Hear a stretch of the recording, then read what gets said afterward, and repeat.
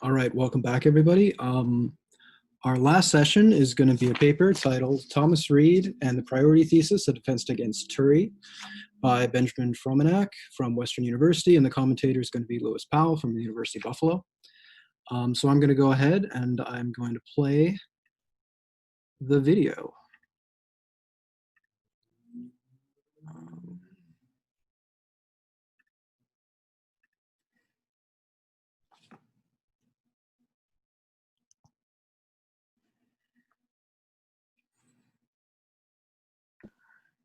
Hey everyone, thanks for listening. My name is Benjamin Formanek, and I am currently a PhD student at the University of Western Ontario.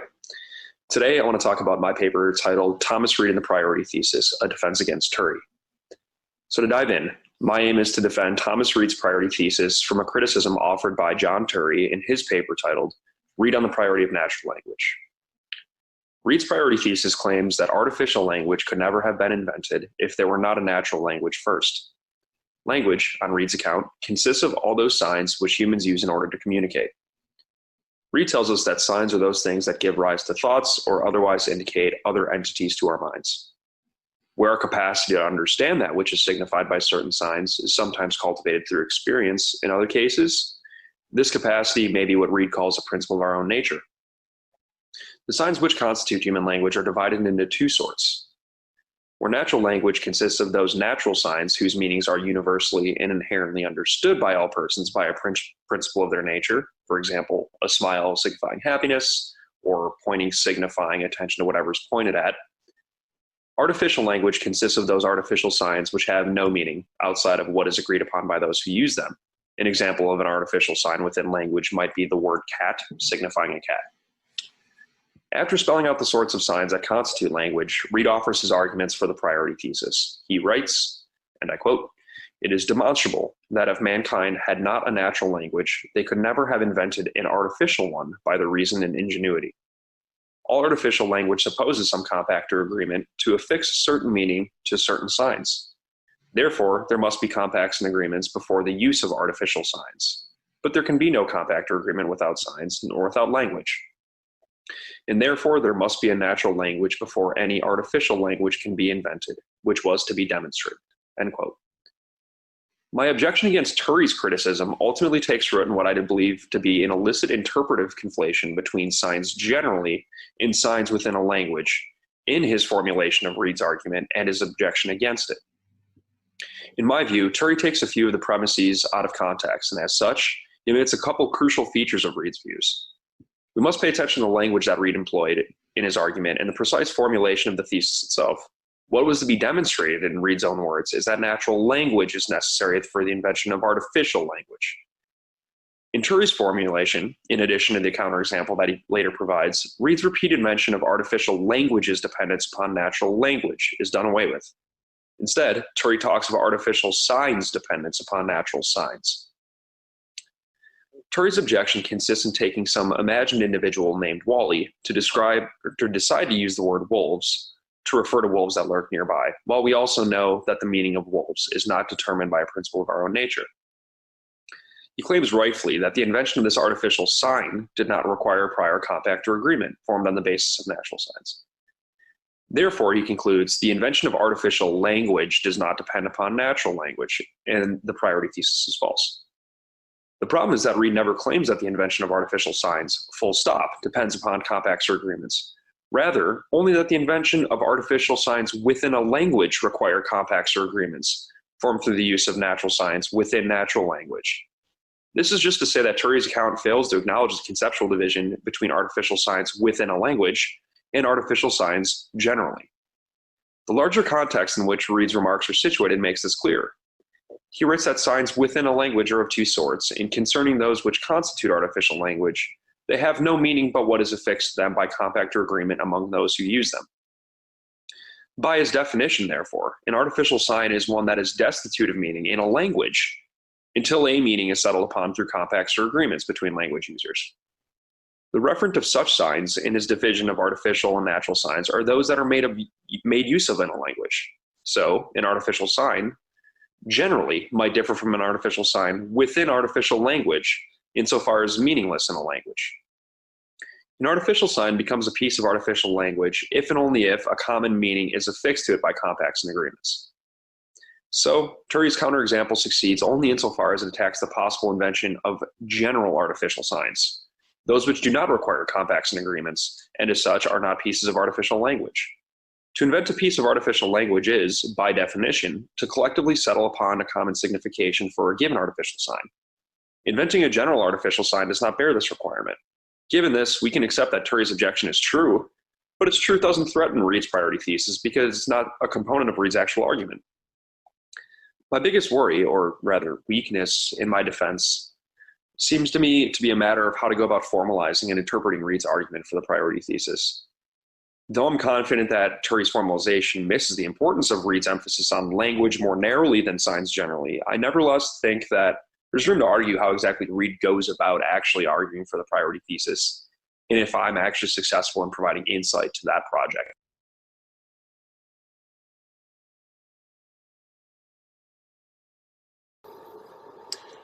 Comments on Benjamin Formanek's Thomas Reid and the Priority Thesis by Lewis Powell.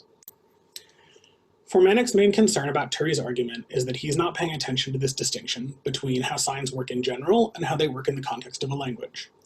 Within a language, Reid requires that the users all agree on how the signs work. There needs to be a compact or an agreement. Now, Turri can push back and say, I don't understand, why does Reid get to set that standard? Shouldn't it just be about whether there's sufficient coordination for the language to work? Shouldn't it just be about whether there's enough coordination among the users that the communication is successful? How come Reid gets to complain? Neither Formanek nor Turri look at Reid's discussion of compacts and agreements and contracts in the essays on the active powers, but if you do, it becomes clear that what's very important to Reid is this idea that social operations of mind, specifically those involved in communication and contracts, are fundamentally irreducible. You can't reduce the social to the solitary. There's a quote here that I'm not going to read all of because I only have 2 minutes, but in that quote, the very end, Reid decries the tendency among philosophers to try and reduce the social operations to the solitary, which is the sort of thing that Turri is trying to do in his paper. Now, the EAP discussion of compacts and contracts contains not only an extended discussion of the solitary social distinction for acts of mind, but also of the nature of language, including an additional presentation of this priority argument that's under discussion. And so the point of my comments and criticism is to show that focusing on Reid's stance about the irreducibility of social acts of mind can clarify what's going on in the dispute between Turri and Reid/Formanek. What's at stake is not just the definition of language and whether we should include this compact or agreement condition, but whether we could really establish genuine communication via any fundamentally solitary methods. So I think that's what's at stake, and focusing on the EAP passages would really help us illuminate what's going on between Formanek and Turri. Thank you.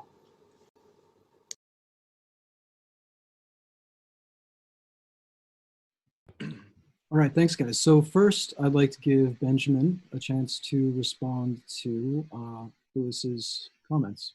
Go ahead, Ben. Great. Thanks, Alistair. Yeah, Lewis, thank you very much for your comments. Honestly, I've had a ball thinking about this.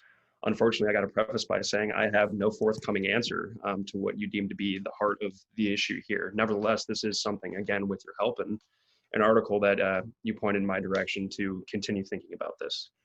That said, though, towards my reply, I take it that Powell's primary critical comment is that my account, as well as Turri's, misses or rather obscures the real thrust of what is crucially at stake for Reid, and that is the irreducibly social mental operations, and if he can help himself to that. So while my arguments against Turri's account center on how we ought to understand Reid's definition of language, to the end that doing so deflects Turri's attack, Powell insists that Reid's account of irreducibly social acts of mind helps to clarify the dispute between us. That is, unpacking Reid's account of solitary versus social acts of mind and gets to the heart of what Turri and I are really disagreeing over. So I think that Powell's provided an illuminating and deeply helpful point of consideration. In his written comments, he also writes that he does not wish to weigh into the disagreement.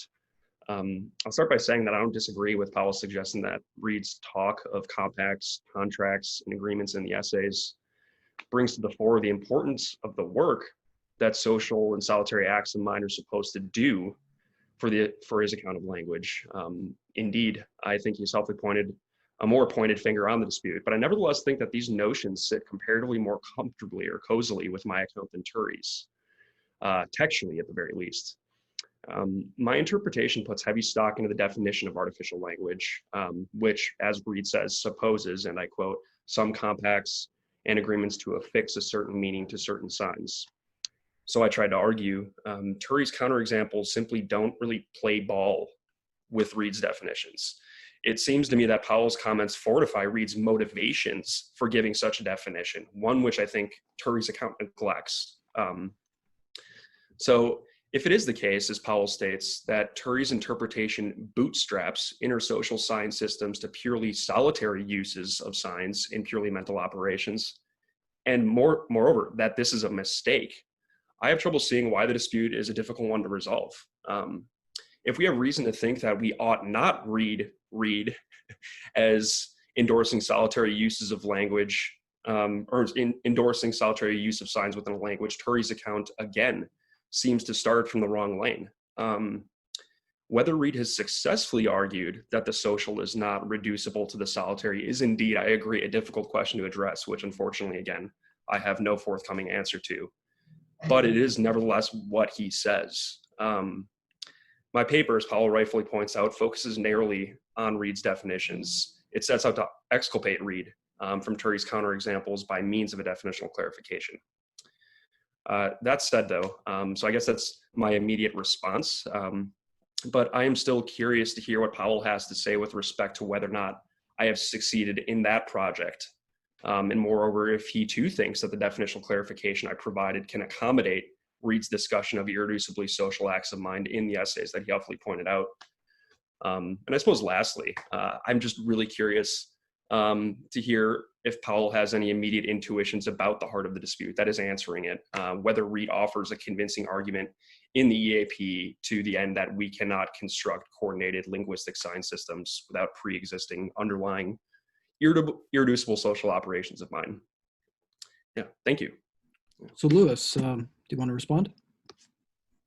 Oh, yeah, sure. So part of that, it sounded like you thought I might have been skeptical about whether you were getting Reid right on like the interpretive element. And there, no, I think you are solidly getting the sort of I guess like the Reid interpretive question right of on that front. So like I wasn't meaning to challenge whether you were interpreting Reid's sort of overall stance correctly.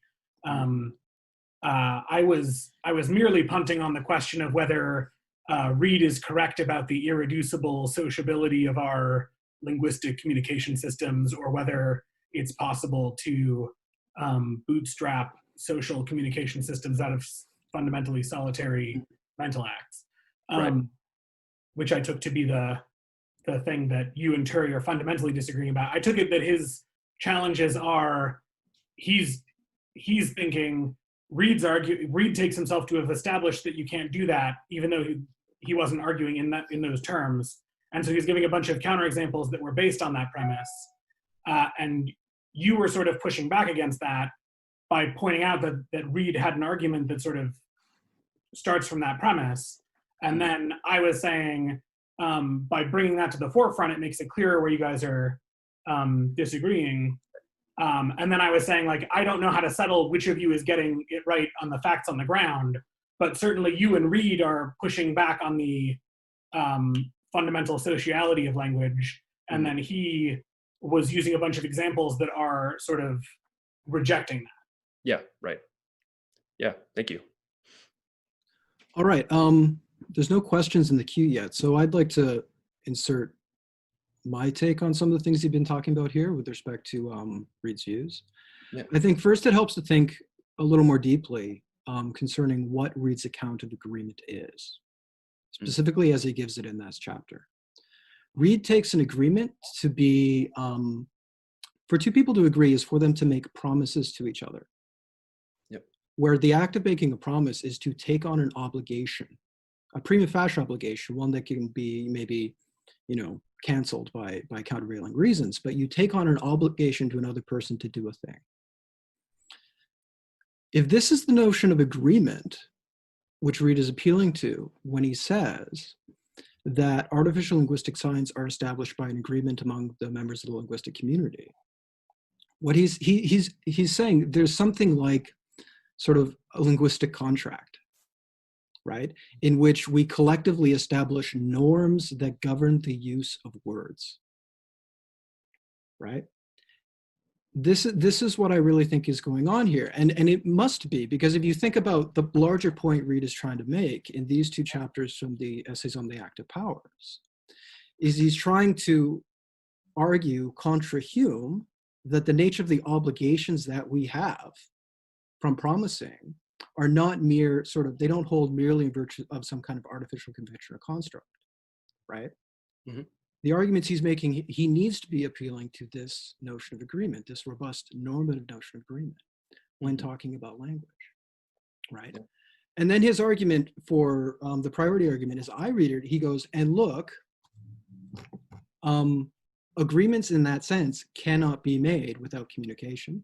Communication requires signs, so we need to have some kind of signs in order to establish these kind of robust normative conventions at all. I might be wrong about that, but that's what I take him to be saying, right? And so there was another question you guys raised. So why can't he bootstrap? Why can't solitary activities get us to this kind of thing? Why is the social irreducible to the solitary? Well, I think Reid actually answers this later in this chapter when he explains what he thinks is wrong with Hume's account of promising. Promising, he says, look, promising can't just be an act where we express a certain set of solitary operations, a certain intention to do something in an appropriate sort of context. Because merely expressing an intention doesn't establish the kind of obligations that is constitutive of the essence of a promise, right? And when he talks about why giving testimony can't merely be expressed to reducing your judgment in the chapter on the intellectual powers, again, he emphasizes that the normative can't be reduced to the solitary in that way.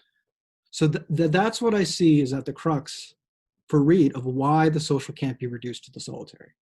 And that's what I think is really deeply grounding this argument, right?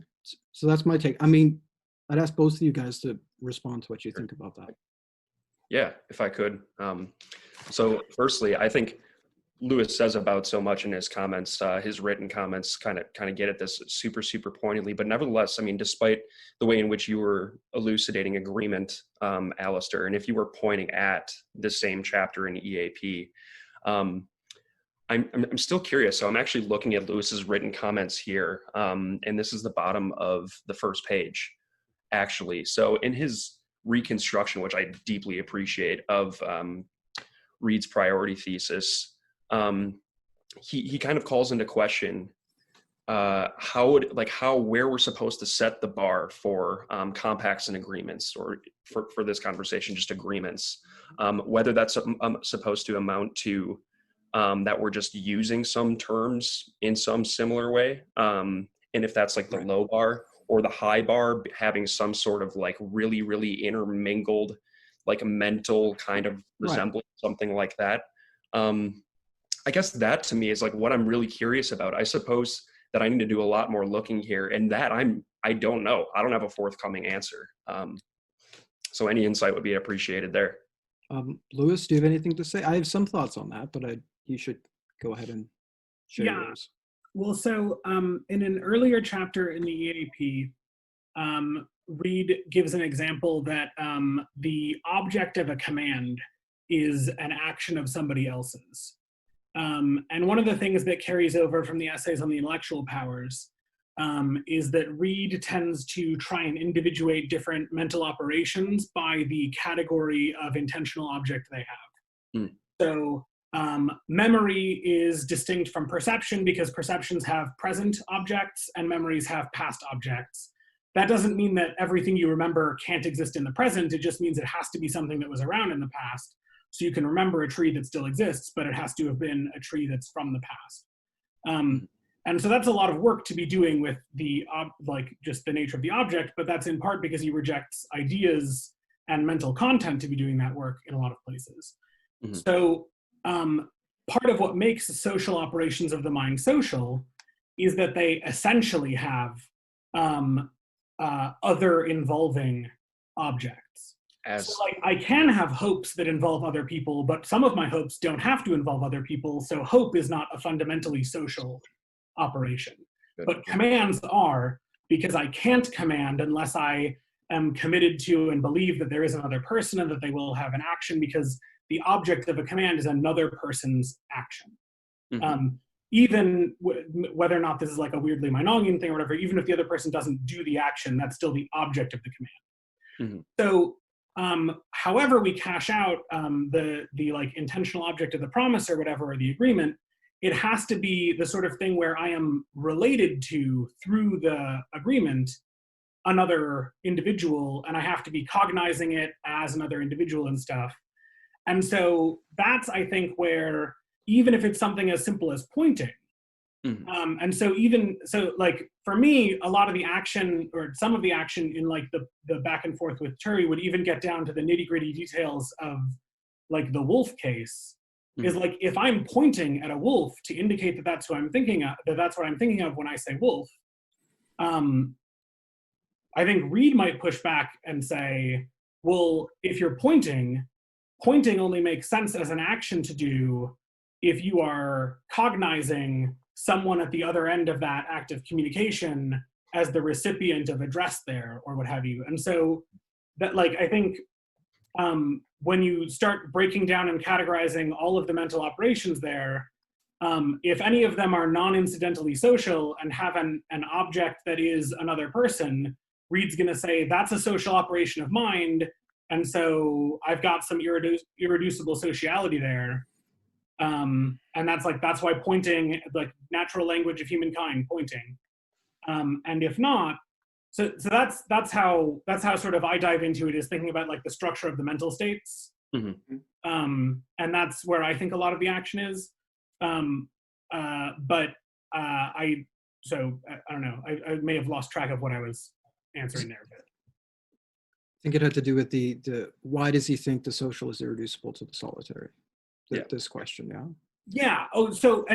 Sorry. And so I think for Reid, I think a large part of that is because for Reid, mental operations are fundamentally relational and not mental states. And so because you have operation, subject, and object, the social ones are fundamentally social, like irreducibly social, because you don't have anything short of subject, act, and object that you can circle and say, well, that's the whole thing. Unlike someone like Locke, where you could be like, well, you've got the person, you've got their idea, and you've got the operation, and even if it doesn't get all the way to an external object, you've still got a whole state there that you could like put a lasso around and say that's it. And so for the indirect realists, you've got an internal intrinsic state you could circle, but for someone like Reid, the whole thing, in order to get an entire state, you need the external object, which includes another entity who is external to you and therefore social. Yeah, I mean that's helpful. Alistair, did you want to follow up to that? I mean, I could.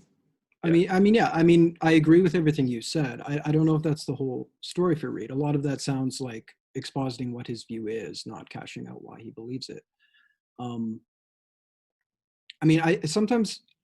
I know this is anachronistic and it'll tear at the hearts of all the historians in the room, but it is sometimes useful to compare Reid's kind of social operations to some divisions in contemporary speech act theory, right? So Reid's examples of social operations include requesting, promising, testifying, the kinds of actions that, Austinians are going to call illocutionary acts, right? And there's one particular way I want to highlight that some contemporary theorists think about illocutionary acts. They say, oh, well, okay, here's my analysis of what it is when I perform illocutionary act X. Well, I have a certain set of beliefs, intentions, and desires, some complex set. A lot of those beliefs will be beliefs about my environment, beliefs about other people in my environment and things like this. So they're other involving in a sense. And what it is to perform the illocutionary act or the social operation in Reid's terms just is to have those beliefs, intentions, and desires in the appropriate sort of environmental or social environmental context, right? I don't take that to be Reid's view. Because when Reid says the social operations are just as simple and are irreducible to the solitary, he's going to resist any urge to analyze the social operations in terms of some kind of complex state of solitary operations just happens to be manifested in a certain particular sort of environmental context, right? And the question is why? And there's not a lot of textual evidence on that. Mm-hmm. The only two cases he discusses in detail are promising in the chapter that we're talking about, on the nature of the contract. And then at the first chapter in the essay on judgment, where he contrasts testimony with mere judgment, right? So he draws a contrast between giving testimony that P, which is kind of like, well, we'll get into that, but he just says that's not just expressing your belief or judgment that P. Giving testimony is something else. It's something more akin to giving somebody else one's assurance that P is true, as opposed to merely expressing one's judgment, right? And in both the promising case and the judgment case, so in the judgment case, he says, well, here's the difference. Here's the difference between merely expressing your judgment and giving testimony. If you give false testimony, you lied. You did something wrong. Whereas when you express a false judgment, oh, that was just a mistake. Right? There's this normative character, certain kinds of obligations one takes on when performs social operations that one doesn't take on when merely giving expression to solitary operations in a particular context. Similarly, in promising, he goes, look, I can express my intention to pick you up at the airport, but that doesn't involve taking on an obligation, right? That's different from promising. You can't analyze promising as an expression of intentions. Promising is essentially normative. It involves taking on an obligation. And sort of social obligations to other people, right? And what I suspect is that Reid thinks, look, no activity I could perform in solitude, which is the definition of the solitary operations as opposed to the social, is the kind of operation that could essentially be me taking on obligations to other people that they could hold me to account for. Yeah, you mind if I jump in right there? Yeah. Yeah, provided we don't have any other hands raised. I don't think we do. I'm keeping an eye out. I don't want There's to. a thumb. Yeah. Somebody has a thumb. I don't know if that is anything. That's been there for a while. I think that's a yay for things. Okay. Yeah, great. Yeah, so I mean, correct me if I'm wrong. It doesn't seem like we want to saddle Reid with the view that his account of compacts and agreements or contracts, all three of which are underwritten by being promises, right? Of the sort of normative sort that you're suggesting. Is that what you want to say? So in the chapter in the active powers, he says I use these words synonymously before he goes on to give the later arguments. Yeah. He says, look, yeah, for my purposes, these mean the same thing. It's a two-sided promise. And then he argues we have a natural faculty for making these sorts of promises, and his argument just is the priority argument we're discussing in that chapter. So yeah, I do want to make that attribution to Reid. Okay. Yeah. Well, so if I can backtrack a bit, so I wonder about imagine the following case, right? So I would want to wonder about. In virtue of what, is there a failure in my social act of mind when I request to a non-English speaker, hey, pick up my cat?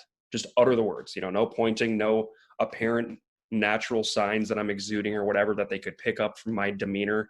In virtue of what is it that my social act of mind fails to have something as its object properly? Or like in virtue of what is my utterance there not successful? If it's not the fact that there was no compact and agreement made, right? So can you describe the case again where the act fails to come off? That's right. Well, I mean, presumably it does. So if my cat is walking around and randomly there is some non-English speaker that walks in my door and I just simply sit quietly and say, pick up my cat. Yeah. So you give a command. What if they're failing there? Sorry? You give a command, or you tried to give a command. That's exactly right. Yeah. Well, Reid would say you didn't successfully give the command because it's a necessary condition. Yeah.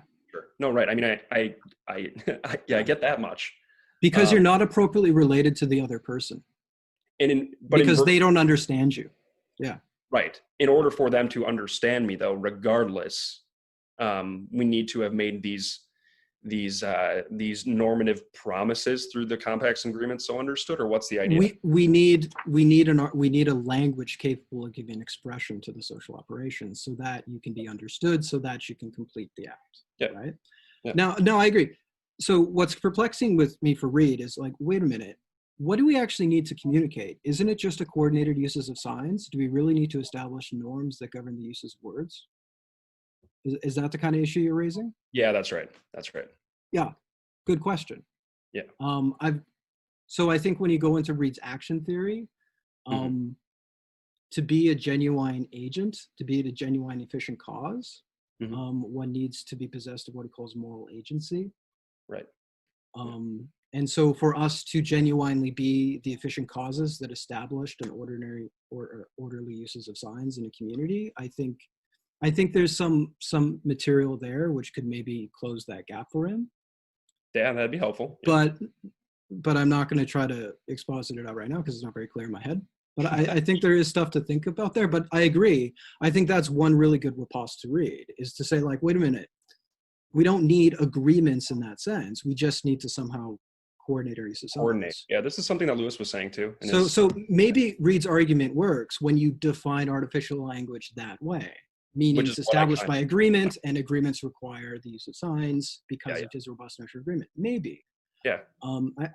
I think the other way to push back on Reid is to say, well, isn't there such a thing as like an implied or implicit agreement?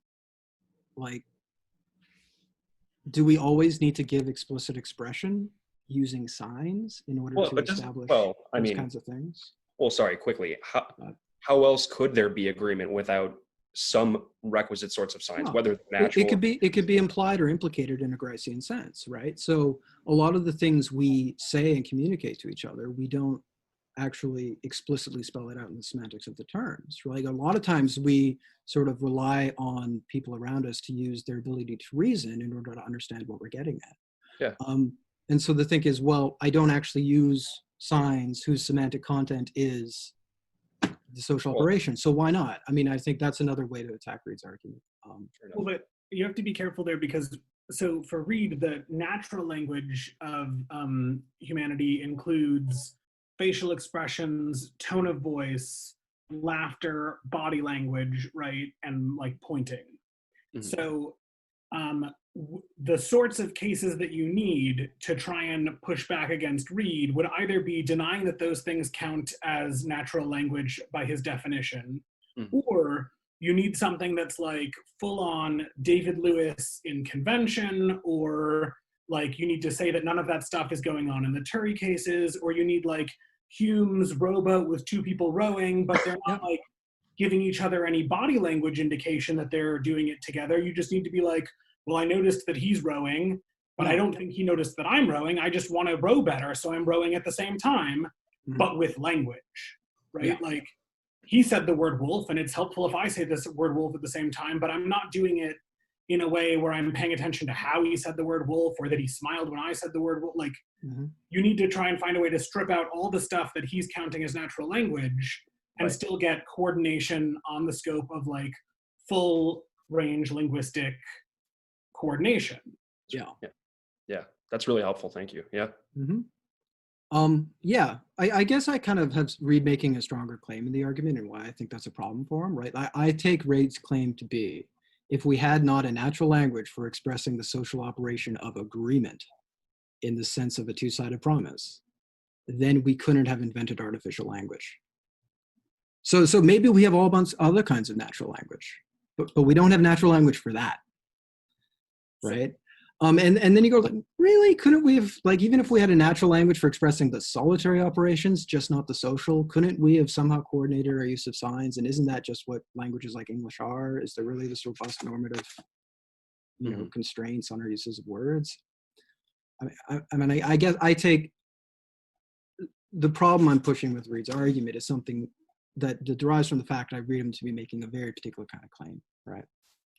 But we should, Kenny Pierce has a question, so we should go to Kenny Pierce, I think. Hey, so it's been a real long time since I read these texts, so somebody here who's been looking at them more recently may just correct me. But the last time I was looking at this, I thought maybe Reid was saying something more extreme in his account of social operations than what we've been saying so far. And this is supported, I think, by the long quotation in Lewis's comments. That is, the social operations, it's not just an operation that is performed by a mind that requires it to suppose that other minds exist. It's an operation performed jointly by multiple minds. And so then he's claiming that those social operations can't be given a reductive analysis into the solitary operations. And if that's true, and if it's also true that the social operations require that the minds achieve some kind of meeting, you know, whereby the content of one is conveyed to the other, then there just isn't any hope, right? Unless there's some kind of way of achieving that meeting of minds that is a primitive principle of human nature, then there just isn't any hope that there would ever be any social operations of the mind. So if Reid's view about the social operations is that extreme and kind of metaphysically weird, right? That we can't reduce what's going on in promising to the individual things happening in each mind. But if that's actually his view, then it seems like it's really hard to get out of the argument in the way suggested. Yeah. I mean, I think Reid's view is as extreme. Do you guys have thoughts on that? Just quickly, if I can follow up to Kenny. So you're looking at that block quote on the second page of Powell's comments, correct? Starting with, if nature had not made man capable. Right. Is that right? Yeah, thank you. I'm not disagreeing with your interpretation, but specifically in this, if you pointed out, I'm actually having difficulty regardless seeing how you might draw out that kind of metaphysical interpretation of this link between minds in that sort of way. So yeah, I suppose that's all. That's my only follow-up to that. Oh, so it's just that I already thought that about Reid, and then when I looked at this text, it made a lot of sense in light of that. In that context, I see. Yeah. Because the thing that he's arguing here is that we can't give an account of the social operations in terms of the solitary operations. Right. Yep. So if there was just what's happening in each mind, where each mind would be performing some solitary operations, and they somehow get coordinated, and that gives rise to the social operations, that picture would be inconsistent with what Reid says here, right? Yeah. It could maybe also be interpreted in an in-between way, where where a social operation happens in one mind alone, but requires it to believe that there's another mind or something like that. Yeah. Right. But it does, I think, kind of, when I read this text, it sort of made a lot of sense in light of the interpretation I was already supposed to. Yeah. I don't necessarily mean that it distinguishes it from that other moderate interpretation. Yeah. Go ahead, Lewis, please. Yeah, just quickly. So Ruth Boger has work in progress on this topic, but you'd have to reach out to her directly because it's the draft I had was not for circulation, so I don't want to talk too much about it because it was a not for quotation, draft. But probably she'd be happy to share whenever there is a draft that's shareable with people. But I think I have a narrower interpretation than other people do that just ties into what I was saying earlier about the object being essentially second personal of it. And so it being fundamentally social in that way. And I don't want to take up too much time with that, but if you want to talk later, Kenny, about where we disagree on the interpretation of this passage or more broadly, let me know. So, sorry, Lewis, is that to say that you would adopt what Kenny dubbed the more moderate interpretation of the social acts of mind? I think it might be slightly less moderate than precisely what Kenny said, but I think So I think it might be that for them to be successful in a certain sense, it entails the existence of others. That's right. Yeah. But not that they are. It does not entail the existence of like the reciprocal act in the mind of the other. Like it's not like a dual act, which is what it sounded like he was saying. Mm-hmm. Like it's not like a multi-person act of mind. Yeah. Right. Right. So Reid does say that the acts, and I quote, cannot exist unless expressed and known to another person. So that lends itself to the rather extreme reading, right? It's not like I can perform it all on my own, but it only actually works or comes off or succeeds insofar as it's expressed and known to another person. He says it cannot exist. Now, maybe we aren't going to take him so literally on that. Yeah. But I think the extreme reading has the virtue of being able to take the text literally. I don't disagree. In fact, it's really creative. I never would have interpreted it in the way that you might be suggesting now, Alistair, and you prior, Kenny. What he had called the moderate, or the one that Lewis just expressed another way, is the way that I had been reading it. Now, to that passage specifically, Alistair, do you mind actually just reading it back quickly one more time? Sure. I'm going to go to the one at the start of the essays on the active intellectual powers. I just did it from memory right there, so I'll have to go find it. Oh, no worries.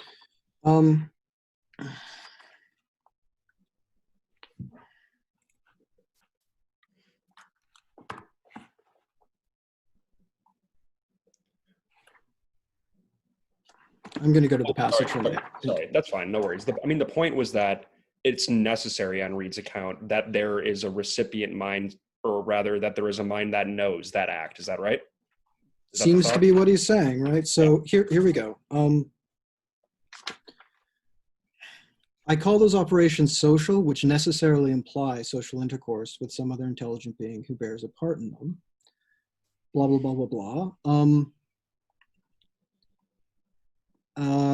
So between the operations of the mind, which for want of a more proper name I've called solitary, and those I've called social, there is this very remarkable distinction. That in the solitary, the expression of them by words or any other sensible sign is accidental. They may exist without being expressed, without being known to another person. But in the social operations, the expression is essential. They cannot exist without being expressed by words or signs and known to the other person. Okay, so, right, thank you.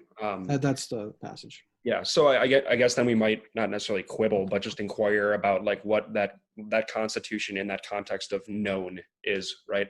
I mean, is it something that needs to be taken back and manifest in other signs from the recipient, recipient mind?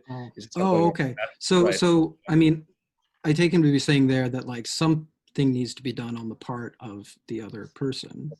Yep. In the cases of agreeing, it's obviously both people have to perform a reciprocal social act. Mm-hmm. Whether that reciprocal social act is a necessary condition for all social operations of the mind or merely some, I don't know. I don't know if the text is clear on that. He certainly thinks there's some cases where they are. Yeah. So, I mean, in like just like the most loose kind of understanding of his use of the word know or known in this passage, say in that instance that I had brought up, other than a hypothetical non-English speaker in my apartment, and I command, pick up my cat. If we're supposed to read known in this more robust sense, I might not even, that is the more robust sense being the one that, you were kind of gesturing at as well as Kenny, despite the fact that my act failed. I mean, because there's like no relevant features or demeanor that I can pick up on from, the end of my language. It doesn't seem like they knew flat out that I was performing a social act. No, so in that case, I think he'd say you performed the act of making the sounds, and you very much intended to perform the social act. Those acts were performed, but you didn't perform the social act. But if I can jump back in for just a second, it's a very common view in like normative literature, in political philosophy and stuff in the 17th and 18th centuries, to suppose that a command or a law just doesn't exist if it hasn't been effectively promulgated, right? Because you haven't given a command, a real command, unless you've succeeded in creating an obligation for someone, and they can't have an obligation without knowing that they've been commanded. So if you actually think that commanding is a primitive act of the mind that can't be analyzed into solitary acts, That's the crazy bit, yeah. then again, unless someone has understood that you have made a command and you really have, he says in this passage you were just saying from EIP, it presupposes society with other beings. Mhm. So the right prior social relations that give you authority have to be in place. And then the person has to understand you to be making a command. And if Right. all of that doesn't happen, then the command doesn't exist. Yeah. It's interesting. Right. I mean, other people, like if you look at what other people in the time are saying, some people talk about the psychology involved in making a promise. And usually they're saying a certain kind of thing. They're saying, well, you know, they're saying basically what intentionalists and contemporary speech act theory say. What you do when you make a promise is you give an expression to some beliefs, intentions, and desires in the appropriate sort of context, right? And that's just what performing the act is. What's crazy about Reid's view is he's insisting that no, it's not just to give expression to solitary operations in the appropriate context. It's simple and irreducible. Now, some conventionalists like Austin say that too. Mm-hmm. But then Reid says, and we have a natural faculty for this. Austin's not going to say that. Austin's going to say, no, we don't have this innate natural faculty of performing social operations, right? There's exists social conventions which we then exploit. Like illocutionary acts for Austin are like saying, I hereby pronounce you man and wife, right? There has to be the social institutions of marriage and holding the office of the officiant and all these other things to do it. Reid's saying, no, we can perform these operations like prior to any artificial conventions existing at all. And it's not just to express beliefs, intentions, and desires. There's this fundamentally distinct, irreducible, other involving activity that we engage in prior to any artificial conventions of any sort. That's, I think, the view. Can I follow up with just real quick? Yeah. Just to make something abundantly clear, to spell it out as brutally as possible. So actually, I'm going to ask this in the form of a question.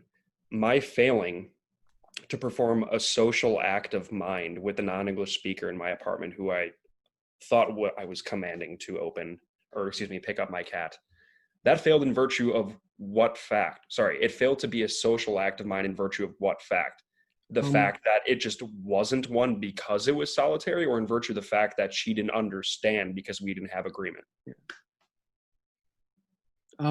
One of the necessary conditions for the possibility of performance of the act was not satisfied, namely that it was known to another intelligent being. Well, see, it's like I can't hit somebody if like I don't make contact with them. I can swing my fist, but I didn't perform the act of hitting.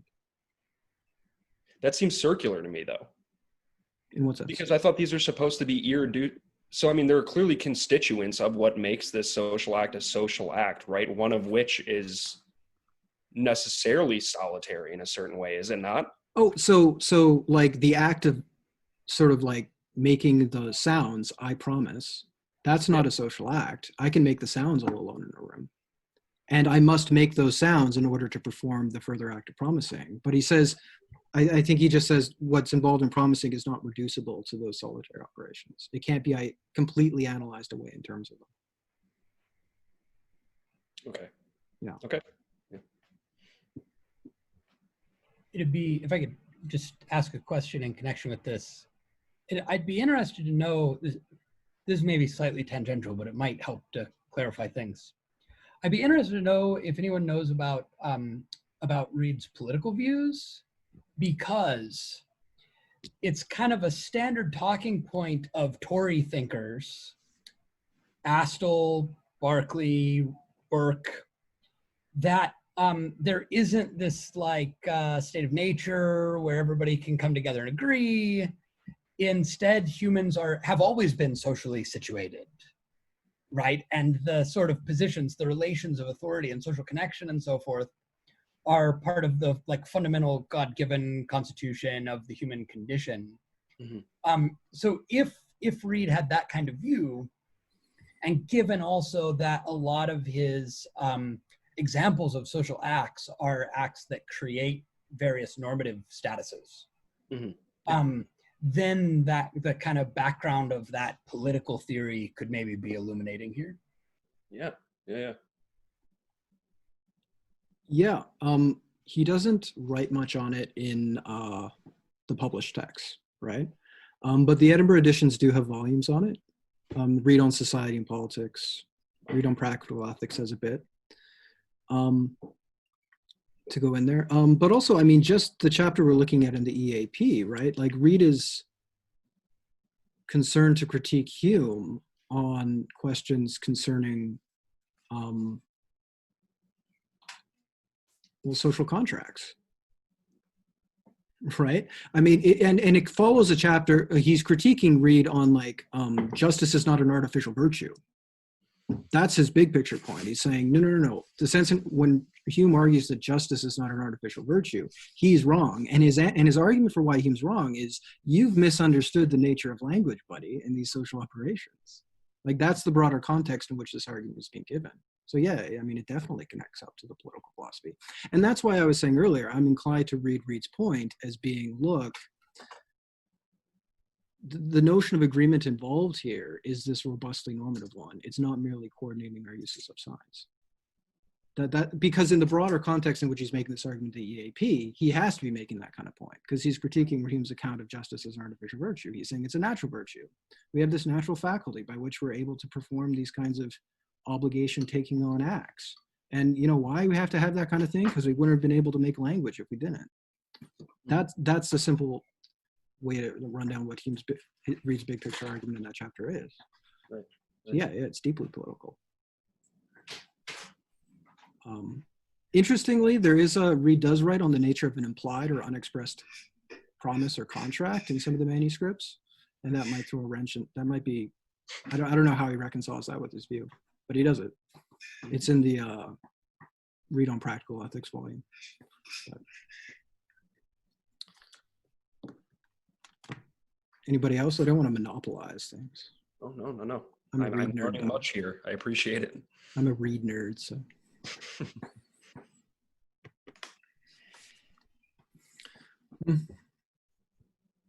All right. I guess I'm sharing. So any other questions from the group other than Lewis, Kenny, Ben, me,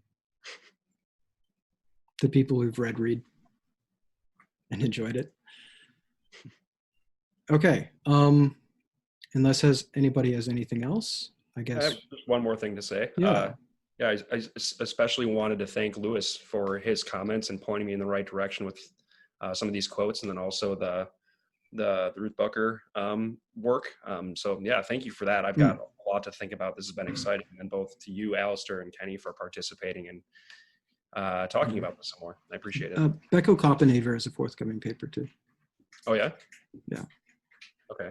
And I got hundreds of pages of stuff on Reid on Language. I know. Yeah, thanks everyone. Right. So I guess Ben wants to say a few words to finish off the day.